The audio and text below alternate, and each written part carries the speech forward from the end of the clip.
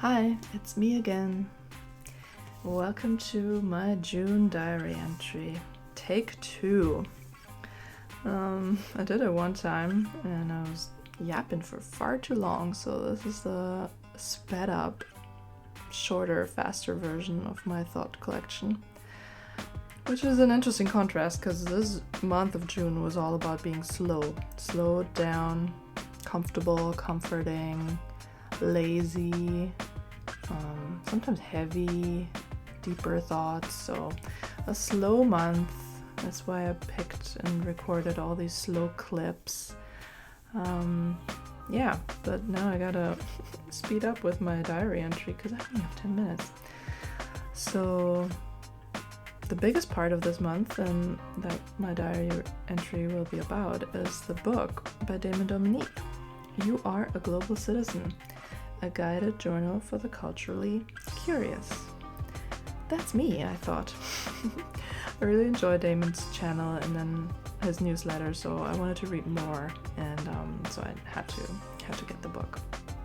And then I read it, and I really took my sweet ass time with it throughout the whole month, even though it's a quick, easy read, and I could have eaten it up in a day or two, but I mulled over it and I carried those thoughts around with me, and I also carried the book around with me, you see in the clips, so it was a nice companion for this month.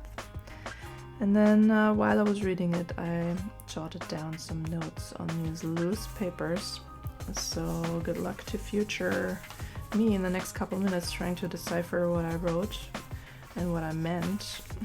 Thanks, past Melly.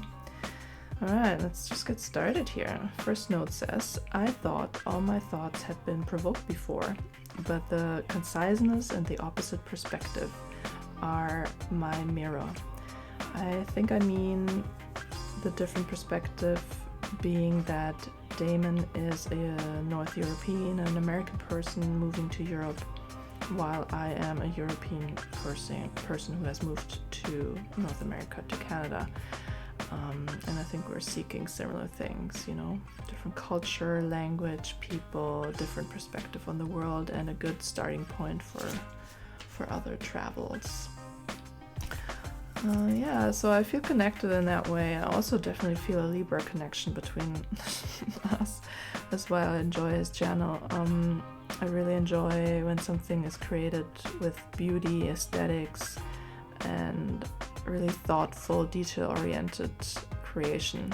I appreciate that, I recognize it, and I feel similar about his book like I feel about his channel.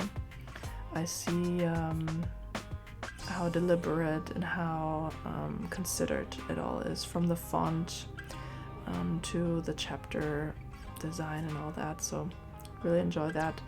Another thing I really enjoy, and where I feel I'm exactly at the same stage, is that Damon uses some labels like gender, sexuality, morals, taboos, right, wrong, even nationality, citizenship, and race, and all those things. And those are labels that have the potential to be problematic, but he only uses them to organize thoughts and to operate, but he definitely critically questions them. And I think I'm exactly at the same spot in life where I use these labels, but I'm very aware and conscious and very adamant about them being fluid and on a spectrum and arbitrary. So I really enjoy that. On the next page it says, experience the world with internal makeup. I thought that was a really cool formulation he did there. And then I wrote, can we ever act, or can we always just react? And then I wrote interest, and I circled the in.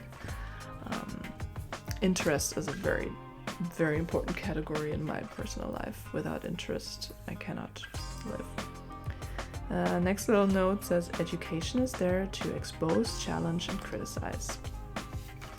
Nothing to add. I agree. He uses real big categories, starting at the beginning. The reality itself has no language, we created it. Language shapes our reality and our perception. The how dominates the what. Yes, I know that. like I said, I didn't learn anything new in this book. It is more the way how he puts things together that is new to me and refreshing. I've studied philosophy from high school to my PhD, so I'm good with the concepts. I'm down and I know them, but it's interesting, again, interest, how you organize thoughts and how you express them, put them together, and I think he did that in a cool way, like I've never seen it before. Yeah, he starts at the very beginning with the big categories. Family characterizes you. Those are the first relationships ever. We watch them and we're part of them. They determine our character, our role. That made me think like the Shakespearean thing, the world is a stage and life is a play and we're performing every day. We learn how to do that. He also said something that I could really relate to. Family relationships are the hardest place and the hardest relations to change in. Oh yeah, I agree. I feel that big time. Yeah, because I reinvented myself every time I move into a different place or country or community, but with my parents I kind of still feel the same. Then I wrote down the what if, the story. Are we authoring our life? Are we writing our story? Or are we reading our story? Ooh. Damon says, rightly so, that life starts passive. We're thrown into the world, into family, into a country, nation, community, city without consent.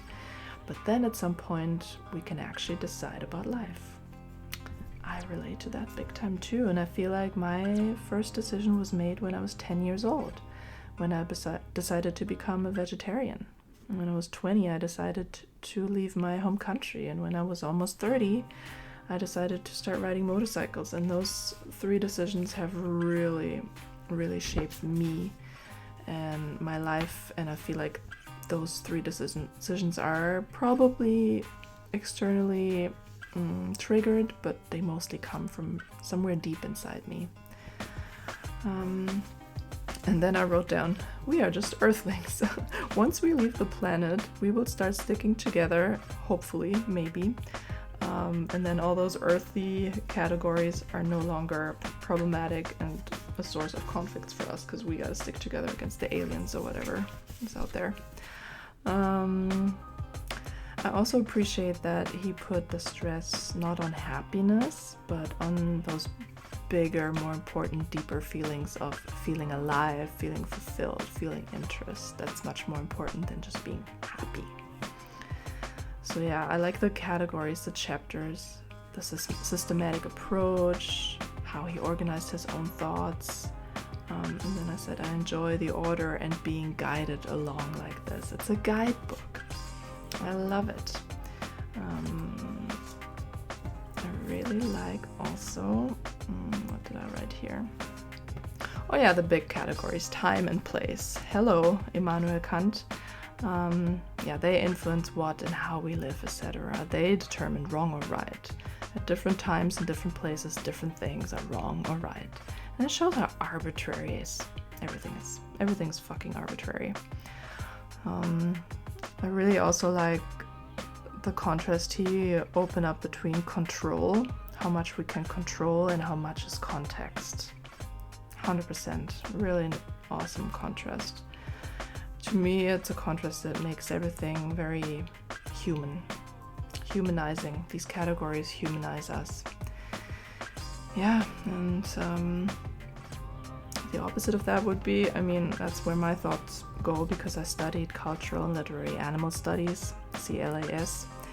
Animal law is different. Animals don't give a shit about the categories that we are down with, like good or evil. Not a thing in the animal world at all.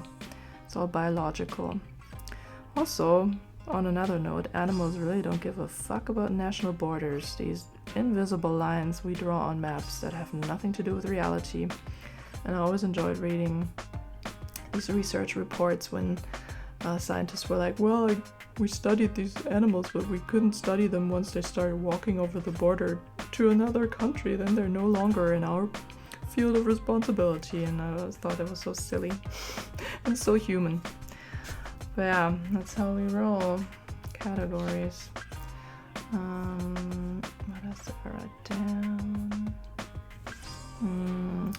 yeah, changes,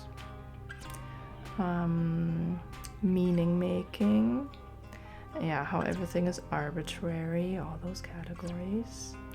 I really love that the whole book is basically an introduction to a set of questions.